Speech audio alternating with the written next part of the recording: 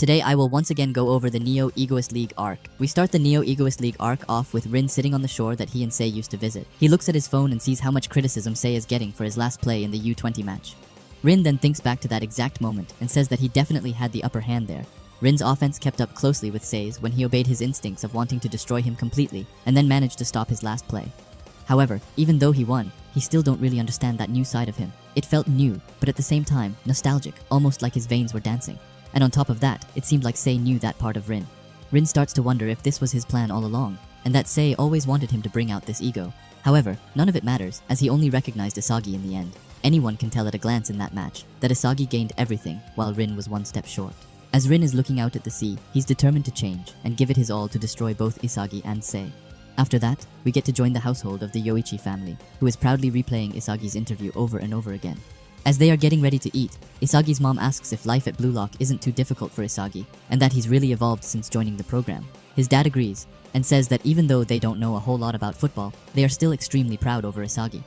However, if Isagi wins or not isn't their biggest concern, as what makes the two of them glad is seeing Isagi happy. They don't care if he scores or even wins or not, as they will always be there for him, and only wishes him to live his life as he wants to, which makes Isagi extremely happy, as he says that from now on, he will become the best in the world. After dinner, he goes upstairs into his room. He thinks if living the life that you want is what it means to be an egoist. Even though Blue Lock helped him become something that he could never imagine, he still had to leave behind plenty of things and people. In Blue Lock, Isagi was able to learn the excitement of victory and the pleasure of scoring, the happiness of changing the world with his own hands. He sits up in his bed and says that he will do whatever to stay in Blue Lock. Just then, he gets a notification from Blue Lock, telling everyone to get back and to let the next act begin. We can also see Gagamaru just chilling in the woods as he gets his invitations, which is just so hilarious. The next day, all of the players arrive and lets the Blue Lock Project Phase 2 start. As they walked into the building, they are greeted by a bunch of players, kind of like how they were greeted in the first selection arc. But this time, it isn't just the Blue Lock players, as the former U20 players are here too. Isagi asks Haikyuu why they are here, and Haikyuu tells him that Ego asked them to. And I love how the first thing Naru and Bachira do is greet each other really happily. It's so cute. After that, Isagi spots Rin against the wall. He goes forward to greet him and says that it wouldn't be Blue Lock if he wasn't there. However, Rin tells him to stop talking to him and asks if he wants to get stabbed. However, before they can go any longer, the bowl cut himself pops up on the screen. He says that from now on, he holds the power of deciding every member of Japan's U20 team. And since he figured that even the losers might have their uses, he decided to invite them as well. Ego says that there are 100 days left before the U20 World Cup, and if they were to take part in it now, it would be simply impossible. Even so, it's not lost just yet, as he says that he's come up with a way to allow them all to evolve at a rapid pace, but before that, he has his annual quiz time and asks them what the cause for their improvement was. Awakening your ego, becoming aware of your innate weapons, the reason all of that happened was without a doubt due to this environment, this special yet cruel enclosed space called Blue Lock, and to be able to rise to greater heights.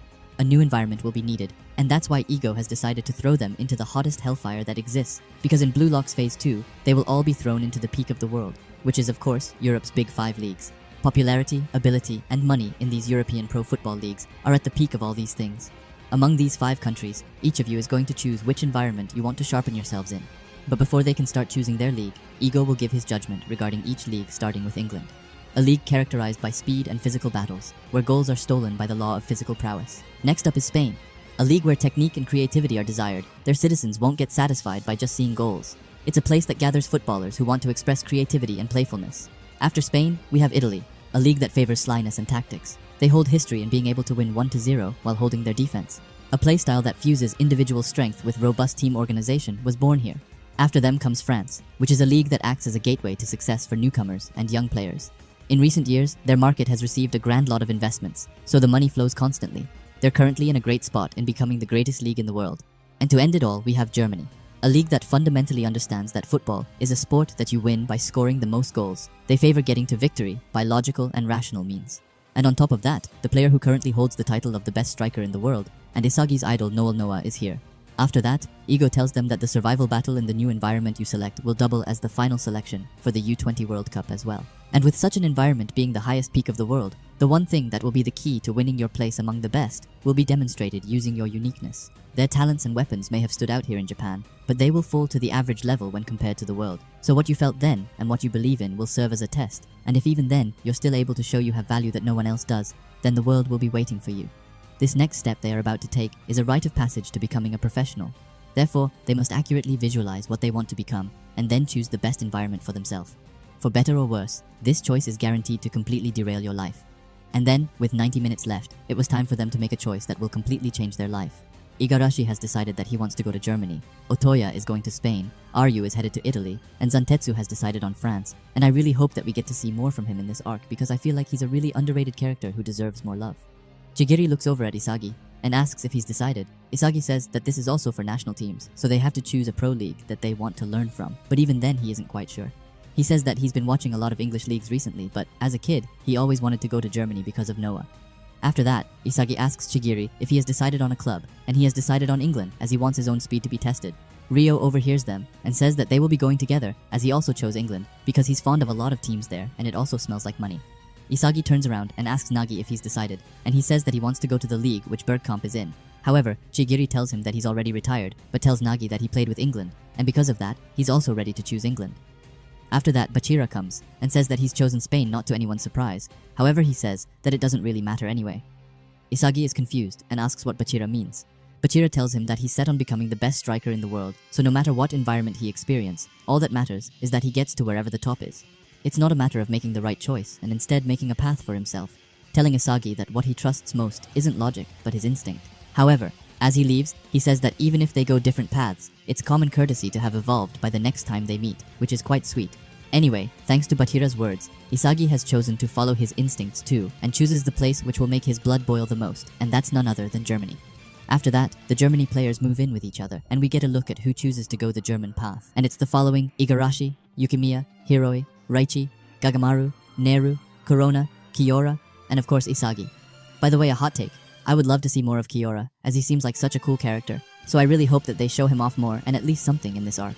Anyway, the players enters a dark room and sees a hologram of Ego. Ego says that the team that's currently the strongest in Germany is Bastard Munchen, and they will get the opportunity to play with the team's U20 players and train with them. Igarashi is hyped that they will be going to Germany, however Ego stops him in his tracks and says that the environment of the big 5 European leagues will be recreated right here in Blue Lock. And to serve that purpose, he's invited players their age, who currently plays for the strongest teams in 5 big leagues, from England's Manshine City, Italy's Ubers, Spain's FC Barcha, France's Paris X-Gen, and Germany's Bastard Munchen. The Blue Lock players' next goal will be to win in this environment, and the one who will be guiding you all won't be Ego himself, but instead, the ace strikers who reign over each of these top teams. The Blue Lock players are able to see silhouettes of the players as Ego introduces the ace of Bastard Munchen and the master striker Noah. Ego says that thanks to the result of the match with Japan's U20, Blue Lock has gained the attention of the entire world, and this pipe dream of his has caught the attention of greedy sponsors, which has made Phase 2 better than he could have imagined. But all of this isn't just limited to Germany, as a master striker has been gathered in each stratum. After that, he introduces all of the master strikers, starting with England's Chris Prince, who is considered to be a striker on par with Noah. Spain has got Lavinho, the genius dribbler of Spain's league. From Italy, we have Snuffy, who is said to be Uber's secret to success. And not to mention France's Loki, the #1 supernova who football fans around the world have their eyes on. They'll each guide their players on their own philosophy, and they will all evolve in that environment whether they want that or not. So how will this work, you may ask? Well, firstly, you will train under the master, to then possibly be chosen for the regulars. So you really must show your value to be chosen for a team mixed with the 11 members that were brought from the original team. After that, the 11 chosen will play in matches where the opponents will be the other teams, and therefore a league will be formed with those 5 teams, and you will have the chance to fight against new players, but also teammates who chose different leagues. In the matches, there are some rules. For example, it's the first to 3 goals that win, and 2 infinite substitutions exist. And now the most exciting feature of them all is that the masters are allowed to sub in for 3 minutes. Even though this is extremely hype for the players, they can't forget that this is the final selection for the team that's going to the U20 World Cup, and depending on how the matches go, after each one of them, the ranks could completely change. Ego says that this is exactly what he's been dreaming of, a fight to create the best striker in the world, calling it a battle for survival in the new generation and the creation of a football never seen in history before. Isagi is stunned to get the chance to learn from Noah himself, and even playing with him will definitely help him reach new levels. He's now on the path of becoming the best striker in the world. However, before he can calm down, Ego says that he forgot to say something. He says that on Bastard Munchen's team, there's going to be another player who he just had to personally include. All of the Blue Lock players that are already here have taken the proper path. However, Ego also prepared a hidden path for those who were defeated and forced different philosophies upon them. And he's now chosen to bring back the monster born out of that path. The doors open and he calls out the only survivor of the wild card and the final dark horse, which is none other than the man himself, Kunigami Rensuke. And with that, Blue Lock Phase 2 can officially begin. As Ego leaves, he says that he leaves everything to Noah, and just then, some sort of door opens up to what looks like a cybernetic world. Noah tells them in Germany to proceed to the goal and that he will be waiting there as he leaves them. The Blue Lock players quickly understand that they will have to race against the German players to see who arrives faster. Isagi goes forward to Kunigami and says that he knew that he would come back and says that it's nice to have the superhero here. However, Kunigami tells him to quit it and that he doesn't call himself that childish name anymore, as he tells Isagi to get ready because the one who will be the best in the world will be him. Isagi is shocked to see Kunigami so changed, however he can't do anything else but to fight. And then the training starts. They start with some running, and Isagi notices that Kunigami is much faster now and that his physical specs are way higher now. As they come to the second zone, they have to sprint up a very steep road. Isagi is amazed at how the German players can keep up with this and wonders if they really are the same age as them. Even so, he's determined to not fall behind as he gets through Zone 3 easily. However, in Zone 4 he's facing some problems as he's having a hard time keeping up and says that the only one able to keep up is Kunigami. Just then, he sees that someone named Kaiser has already finished. He arrives at the final zone and will do everything to prove his worth. He gets behind the hinders easily and aims at the highest score possible, but just as he shoots, he hears someone speaking in German saying that he's been waiting to meet Isagi. He shots the ball at Isagi's ball, and no, not those balls. Isagi is amazed that he managed to block his shot, but just then, the mysterious man introduces himself as Kaiser, who does the impossible, as he tells Blue Lock to kneel for him. Just unfortunate that Isagi didn't understand any of that, as he was speaking in German. Isagi recognizes Kaiser right off the bat as one of the new Gen 11. But just then, someone else comes. He tells Kaiser that they can understand him and gives the Blue Lock players a special micro interpreter, which is a gift that helps them understand each other. After that, when they can understand each other, the guy introduces himself as Alexis Ness. But the Blue Lock players are to focus on their headphones and notice that they are built by Rio's family. Suddenly, someone else joins in. It's Eric Gesner, who tells Ness to stop being so polite and that they are only here because they were told that Blue Lock was amazing. After that comes Benedict Grimm, who's acting like he's in a school play, kind of like Are You actually. After that, Isagi looks away for less than 1 second, but just as he does so, Kaiser drags him closer to him as if he were in a K-drama. He tells Isagi that he came here to meet him, Blue Lock's own ace striker, and tells Isagi to not disappoint him. Isagi tries to get free, but then Kaiser uses his full force to what it looks like pin Isagi against the wall. He tells Isagi to shut his mouth and to give him a reason not to feel like coming here was a waste of time, saying that he wants Isagi to get into his life. Finally, Isagi agrees and says that he will do as Kaiser says. He will gladly destroy his life. Kaiser then asks Ness to give him a tissue as he owns him or something. Anyway, Ness asks Kaiser what Isagi's title would be. Kaiser says that until he takes his place on the stage as the world's best striker, and now that he's stuck in this jock of an interlude called Blue Lock, the other players are the circus animals that provide some entertainment. But when he takes the stage, it makes Isagi into the pathetic clown who thought he was the star. But just then, Noah comes and tells Kaiser to knock it off, calling it childish. Kaiser tries to argue, but Noah tells him to not talk back, and that it's him that makes the rules here. After that, Noah says that their initial training is done. Noah states that this room was designed to measure their physical abilities, due to Bastard Munshin's philosophy being that of extreme rationality. Noah doesn't put any stock on the invisible powers known as impression or emotion, but instead only thinks with logic and numbers, saying that the 21 players here will be ranked based on training and gameplay data, which will give the top 11 the chance to play in the next match. Isagi realizes that this is a game of data survival, where numbers are everything. He also says that he's in a pinch due to him being rock bottom on the leaderboard. None of the Blue Lock players managed to snatch a place in the top 12, or except one, the newly founded weapon Kunigami, who got a 3rd place in the rankings, followed by Ness in 2nd place and Kaiser in 1st. Even though Isagi is at rock bottom, he's determined to rise through the ranks to then drag down Kaiser from his throne. After that, Isagi and the players start their training. They only have 10 days left until the first match and have to follow Noah's designated training every day. Not to mention that each time the ranking changes, they swing between hope and fear as they battle to get into the top 11. Isagi knows that he won't get to play unless he can make it into the top 11, so he's got no even Noah himself. After that, we jump right into the first of many thrilling Neo Egoist League matches. And we're starting it off with a bang, as Fc Barcha is facing off against Bastard Munshin. As the Fc Barcha players enter the field, Otoya and Bachira spots Isagi on the bench, and Bachira says that he's going ahead. Isagi thinks back to the 10 days of training leading up to this, and says that he wasn't able to reach the top 11 regulars, and out of everyone in Blue Lock, the only one who was chosen was the wildcard himself, Kunigami. Isagi is both angry and pissed at every single second he was to spend on the bench. He wants to be on the pitch and burn his presence into the players' minds. And just then, the match starts. Kaiser and Ness begin their honeymoon phase as they pass each other. Ness spots Grimm on the other side and passes him a super clean vertical pass right between Barcha's players. Grimm uses his brute force to get behind not one, but 2 players from Barcha, and then when he gets his chance, he passes the ball to the other side, into the legs of Eric Genser. Isagi is stunned as he is looking at their play, saying that Eric is outstanding at trapping, and says that he threads the needle with his delicate dribbling, which is such an over-explained way of saying things. Eric looks into the box and decides to pass Kunigami even though he's being surrounded by defenders. The ball is approaching, and so is Kaiser. Kaiser is in a perfect position to receive a pass from Kunigami. However, he instead decides to trap the ball with his chest to forcibly keep it. He moves forward while he pushes the defenders back, and then shoots an incredible shot with his left leg trademark. The ball is going at an impressive speed, however the Barcha goalkeeper managed to reach it in time and save it. Isagi is still just watching from the sidelines, but he compliments Kunigami, saying that he's evolving at an incredible speed, and that he's drastically boosted all of his physical abilities, which has given him the freedom to be able to score a goal from anywhere on the pitch, calling Kunigami the perfect striker without any weaknesses. The ball is still in play, and Barcha decides to counter, but as Kunigami runs back, Ness stops him. He asks Kunigami what he's trying to do, and that if he had passed to Kaiser, they would have scored. Even so, Kunigami doesn't give a shit, and says that he will follow his own way of dominance, telling Ness to go and bark up another tree.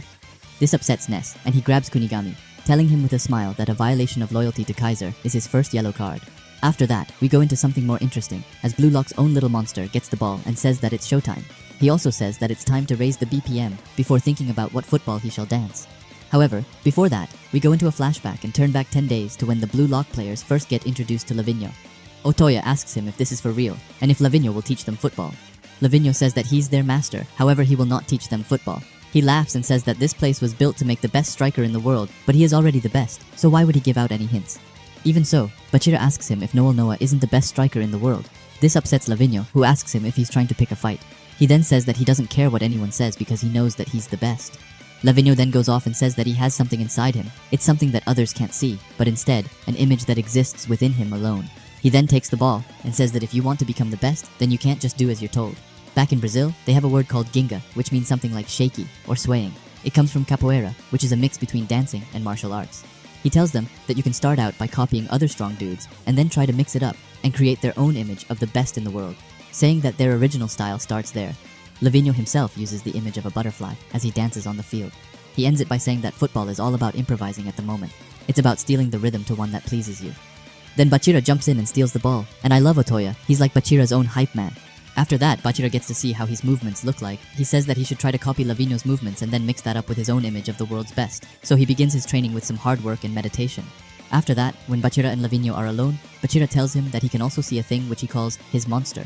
However, Bachira is unsure what to do with it, as he got stronger by overcoming it. But what image should he come up with now? Lavinho asks if the monster is still there, and Bachira says that he can bring it up again if he wants to.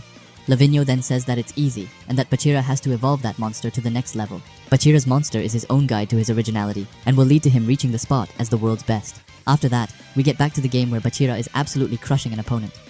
Igarashi and Hiroi are amazed, but Isagi is focused on something else as he says that he feels that Bachira's dribbling posture has changed. It now feels like he's spending less energy. He's moving the ball around with his foot practically glued to it. Even so, his ball touches do very little movement to his actual center of gravity, which makes him a lot more stable. Another one from Bastard Munchin goes to stop Bachira and says that even though he has infinite options to dribble to, he's still not moving forward. He gets impatient and decides to go in himself, but because of that, he gets absolutely demolished, as he was the first one to taste Bachira's new dribble style, his Ginga X Monster style. But then another threat comes around as Kunigami comes to stop him. However, Bachira is hyped up as he tells them to go, and even calls Kunigami the wild hero. However, before they go at each other, Bachira tells Kunigami that it's nice to see him again, but Kunigami just rushes at him, saying that he will take the lead. Bachira tries to shake off Kunigami with some dribbles, but Kunigami is steadily following. Bachira then swings wide with a double touch, which then leads into another double touch. However, this one is much faster than the last one, which makes him get behind Kunigami in no time. After Kunigami stands both Grim and Eric, but they are nothing to Bachira, who makes a beautiful back heel pass to Ignacio Lala on the left wing, who right away passes it away to Otoya in the box. The ball falls down and leads on his heel, which he uses to continue the attack, and passes it back to Bachira, who's by his side. Bachira jumps up and does an outstanding goal, which gives FC Barcha a 1-goal lead. Isagi is watching from the benches, and says that FC Barcha really is a free and amusing team that lets the players play as they want. Both Ignacio and Otoya go to celebrate with Bachira, which is kind of sweet. They all look